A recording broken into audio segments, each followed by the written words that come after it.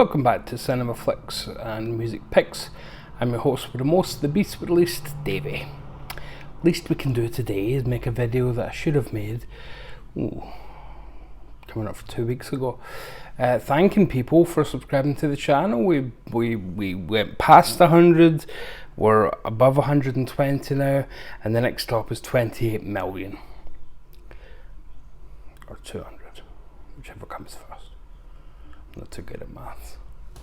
But anyway, yes, thank you very much for people that have subscribed along the way. I know some of you were pre-existing friends, so you were probably guilt-tripped into it, weren't you? Admit it. But some of you have just enjoyed the content, and first of all, consult a psychiatrist. But second of all, thank you very much. Second order of business, if you haven't done so, please check out my appearance on Nathan Jones' channel, my good buddy Nathan Jones, prominent YouTuber and pride of the south of the Mason-Dixon line. Not that that's too hard given some of the people down there, but him and Harold Gervais make up for the rest of them. So yeah, I was on Nathan's show a couple of weeks ago, talking about my life in film, or he calls it movie journey, but my life in film sounds much more pompous, and pompous. Yeah. So that was great. That was great fun. We had, I think we talked for about 4 hours. And Nathan somehow managed to slim it down to an hour and a half. Me talk too much. And then the final order of business, we've done a thank you, we've done a promo for Nathan, and we're going to do a quick review for An Injured Soldier. Remember a few weeks ago I was going to review something for Box Out Wednesdays, and then I was meeting up with my good buddy Jonathan, and then he had COVID. Yeah, sure, I never saw the swab thing. And couldn't make it, and said, make a video for me, do it in my honour. And I did. I made the Gamma video for Jonathan. Well, my bestest buddy, Paul, Puff, PGK himself, Mr. Kerr, and his family got the Rona. They're all, at worst, a little bit fluey. So we still send our love, but thank goodness these days, triple jab seems to mean, it's not quite getting the Rona a couple of years ago, is it? So it's we're in the right direction at least. So everybody's bogged up a little bit, but they're doing okay. As folks have got it as well, but they're a bit under the weather. So this goes out to all the Kerrs, Mr. and Mrs. Kerr, Jim and Katrine. I hate to use your first names, you'll always be Mr. and Mrs. K to me. To Paul, to Karen, to Leon, and to Rosa. Rosa's tested negative. No, Leon tested negative, but he gets a shout out anyway because I love Leon. Not that I don't love you all, but he's Leon. It's cool. And Paul requested a quick review of something, so it will be quick. I'll try and make this whole video under 10 minutes. There you go. He requested a review specifically of Bob Dylan's film Mason Anonymous, the German edition. It was quite explicit about wanting the German edition covered, so yeah, that's it. Yeah, there's your very efficient German artwork.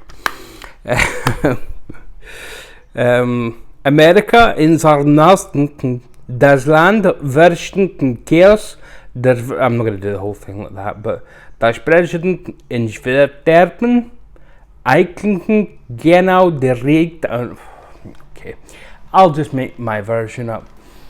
This came out in 2003 to some of the worst reviews you've ever seen, and I don't think it deserves it. Now, I may be slightly biased because some people may know I quite like Bob Dylan, but I think this is a Bob Dylan song as film. This, instead of Mason Anonymous, should be called Desolation Row. Because the characters in it, the circumstances in it, the dialogue in it are all like a Bob Dylan album, a classic Bob Dylan album. So it's got the strange odd beat characters of Highway 61 or or Bringing It All Back Home, or Love and Theft. It's got the fatalism of Time Out of Mind, or Love and Theft, and it's got the cowboy hat of Love and Theft. So it came out, as I say, in 2003, and it's set in an America that's somewhat in the future. We're never told a specific date to keep it nice and timeless, but it's all gone dystopian. So there's a war that's broken out, and it seems to be with South America and North America. But Bob Dylan, he plays a character called Jack Fate. Sold. And Jack is the previous voice of a generation who's been put into prison for the past couple of decades for being a bit of a dissenter, and it's turned him a bit cynical. But Uncle Sweetheart, John Goodman, yes, he's called Uncle Sweetheart, breaks him out, or pays for him to come out. It's a kind of corrupt system where you can just pay for whatever you want. Human life means nothing. He pays for him to come out so we can throw a benefit concert, ostensibly to repay his debts, but officially it's a charity gig. It's really for Uncle Sweetheart's coffers. Then, was he on the cover? Yes, he is indeed. Mr. Jeff Bridges there is a journalist who's looking into the whole affair, wondering what's going on. We've got Jessica Lange as an old lover here. Penelope Cruz is Jeff Bridges' partner. But even beyond that, I mean, right down in the weeds, there's tiny roles for like Chris Penn, for Christian Slater. Oh God, there's so many. Mickey Rourke's got a really cool role in it. The president of this dictatorship that America's become had a son.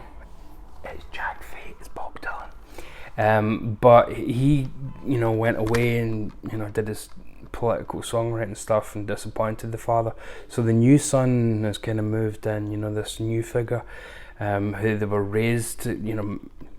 Bob and this other boy were raised together. So even though this other boy wasn't an actual son, he's now next in line to take over the dictatorship, and he's played by Mickey Rourke. So you essentially get Mickey Rourke and Bob Dylan as brothers, and they get a great scene coming up the stairs together, talking and having a conversation. But believe me, there are dozens of tiny little cameos that you won't believe in here. Every scene is populated by people who clearly just heard Bob Dylan's making a movie. Do you want to be in it? Yes, please.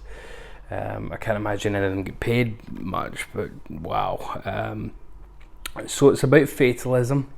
It's about dictatorships, and it's all summed up in this one little scene with Giovanni Ribisi on a bus, where Dylan's going to the concert and out of prison, and gorillas, GUE, not GOR, so not the ape-like creatures, as in fighters, gorillas, are blocking the way, and Giovanni Ribisi tells Dylan about his terrible dreams and how he switched from one side to the other, and he went in to invade a village and then realised it was his hometown that he was actually invading, his old village, that it was unrecognisable to him now that he'd been brainwashed by the regime. It's quite heavy, it's quite deep. There's a good chance that you will hate this film, there's a good chance that you'll love this film, but I think if you take it as fragments, if you take it as a song, if you take it as chorus and verse, and you can punctuate it like that, because every so often the film does stop for a musical performance by Dylan and his then touring band with Larry Campbell, Tony Garnier, George Rosselli. Was it Stu Kimball was the second guitarist at the time? If it wasn't Stu Kimball, it would have been Donny Herron would have been in the band. Who else would have been? Stu Kimball or I think it was Stu Kimball. I can't think of it.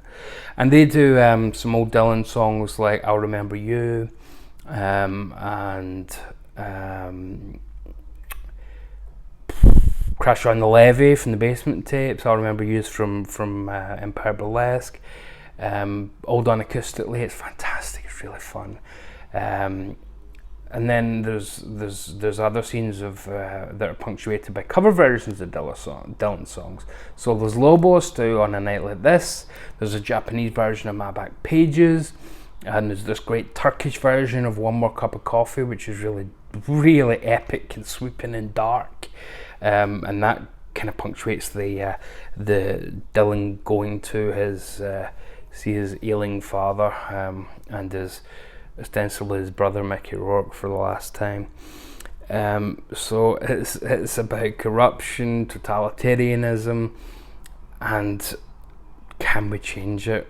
Can we change the fundamental nature of human greed? It's all about 2022 when you look at some of the themes in it, but then people always say that, don't they? That, oh, this film's more resonant now than it was then. You think, no, maybe the point is that these things are always resonant, these kind of themes. Talking about greed and corruption and war and hatred and animosity. Unfortunately, the human condition might just be part of it, and that's Jack's point of view. That's where he's been led down to. You also get Dylan doing some new tracks on it, so his cover version of Dixie, probably not aged well. It doesn't do it in front of a Confederate flag or anything, but it covers Dixie, Diamond Joe, come and get me my water, grip me, and what's the other one? Gonna buy me a jug. Oh, that is Diamond Joe. Yeah. There is one that I'm forgetting, but yeah, there's 2 or 3 new Dylan tracks on it. There's about 6 or 7 older Dylan tracks re-recorded by his then current touring band, and then there's a whole album of cover versions of Dylan songs, which are absolutely fantastic. It is so worth it. Oh yeah, and Luke Wilson plays Dylan's old friend, his kind of guitar tech.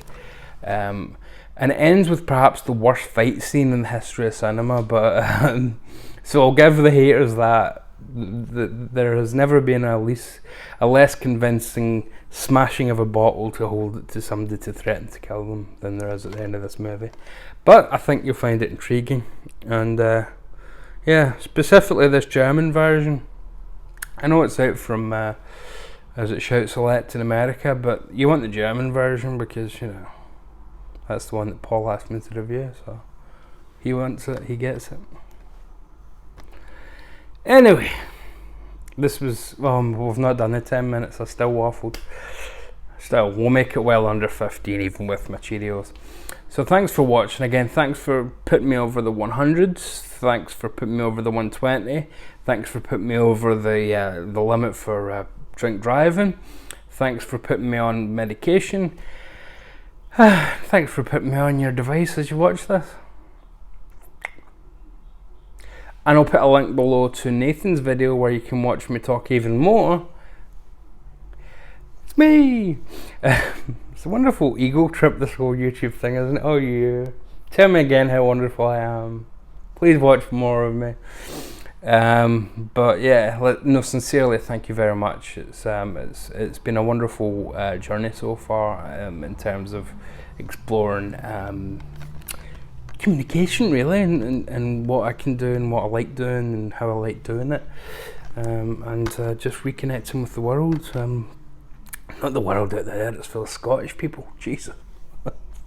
No thank you, but you, the international people, yeah. So, recommendation for Masked Anonymous, recommendation for Nathan's channel, link below, recommendation for yourselves for being clever enough to subscribe, scorn for those who don't. Tell your friends, like, share and smash that bell, do the rest of the stuff. That's about it, really. So, I know I missed saying this at the end of the video the other day, and Anne O'Brien, shout out to you, she was disappointed, so I better not mess this up. Let's stay very safe out there. Love and mercy, my dears. That's the bit I forgot to say, and Anne built me up for it. Love and mercy, my dears. Love and mercy. Catch you soon.